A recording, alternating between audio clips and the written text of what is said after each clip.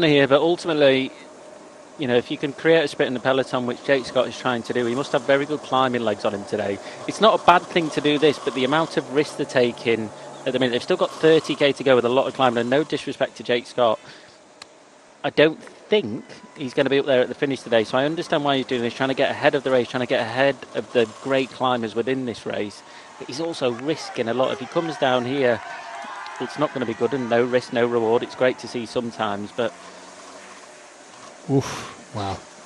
We'll see how long he carries on this for now. Jake Scott, of course. British viewers will know him as a former winner, I think double winner, if I'm not mistaken, of the King of the Mountains competition in the Tour of Britain. He's certainly won it once. Twice. Twice, there you go. Yeah. A strong breakaway rider. Very good sprinting from small groups as well, Jake Scott. Very good criterium rider too. Good all-rounder. One of those three riders, as I say, British riders who made the move to the Kiwi team of Bolton Equities Black Spoke over the winter. It's like now in this situation what he's doing, trying to create a gap to go, but if he looks over his shoulder, he's got an FDJ rider there, he's got a Cofidis, AG2R, he's got Pino within that group. Yes, it has split, but ultimately he's just dragging them along now. He should just get off the front, save his energy for this next climb, because he's got the big teams, the big riders behind. He's done that job for them already, whereas now he should be sitting in the wheels, trying to recover, trying to get some food down his neck for the next climb, try and get ready for the next climb coming, rather than try and force the pace with those big teams that have, especially Cofidis, which have been taking control of this race so far. These shots we keep seeing from behind the race, I'm going to label them as being merely for effect, because we can't really see anything, but it does give you an impression of just how wet and cold it is. Guillaume Martin's taken the glasses off to the left-hand side there, just popping back in the Cofidis man. The other thing I've noticed, Adam, is there are still quite a few orange jerseys sitting back there as well. 3, I think, teammates of Xavier Asparin who, yeah, there you go, in the orange jersey of Euskaltel Euskadi, and they're going to sit there and do nothing at all, of course, for now.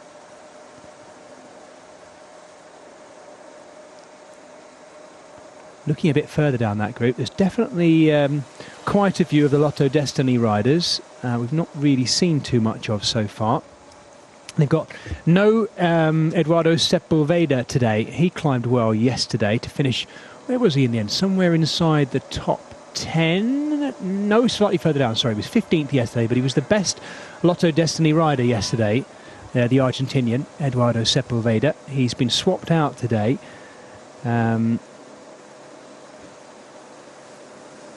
I haven't yet picked out which of their riders are here. Adam, your former team, Lotto Soudal as it was, Lotto Destiny.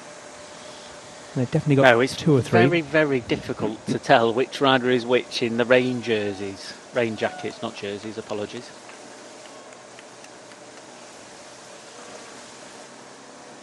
.28 k's to go now. They are going to start climbing again very shortly.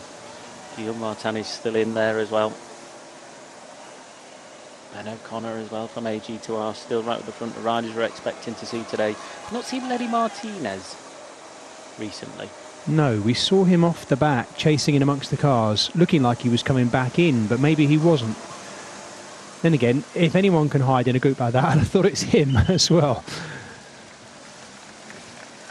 Asparin continues, but he is now just 32 seconds ahead, and he's actually looking back, so he knows they're closing in. The question is, what's going to happen if, as and when he's caught? Is that an opportunity for a counter-attack, maybe, if he is to be caught? Let's see, though. The way this race is going today, these conditions, as you mentioned earlier, Adam, can make strange things happen. I would not be surprised if we now go from 30 seconds back up to a minute again, although it does seem to be now coming down, not in his favour. Yeah, I think now it's going to really come down, especially going on to this next climb. Asparin is going to start feeling it, especially as the road goes up and the attacks are starting to come from behind. The riders will try and take advantage of this next climb with a fast downhill before the final climb starts. So riders that are not that confident with climbing with the best of the best will want to try and take advantage of this next climb coming up to try and create that little bit of a gap to anticipate the move on the final climb. And if they can get a big enough gap on the next downhill before the last climb, how long they could hold on that for. So I think for Asparin it's going to be curtains, I'd say, at the top of this climb.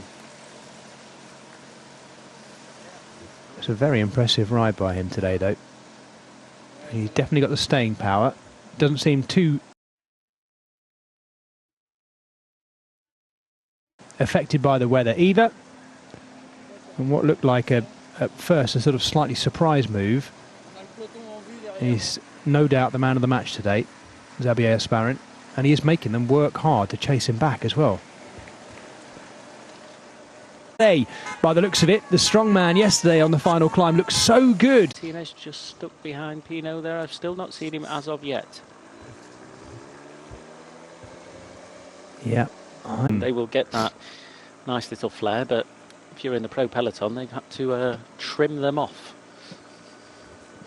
Fascinating, isn't it? That's not necessarily an indication that they're performance enhancing, that they are that much faster. Or maybe it is, I don't know. I haven't seen the evidence or the reasoning behind it, but it is. I don't think he'll be worried about that with his rain jacket flapping all over the show at the minute.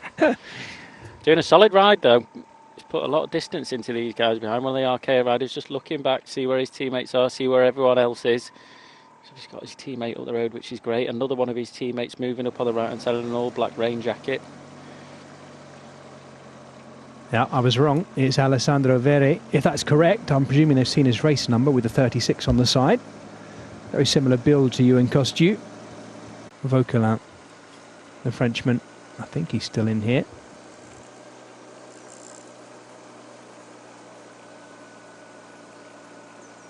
And we're losing riders off the back of this group all the time, but there is a long descent after this, and they'll know that. There's an opportunity for that for the finish. Yes. Pretty much 25 k's to go. They're not far from the top of the next climb. I shall just check my stats. At the top of the climb, the very, very top before they do start to drop down is 22 k's to go.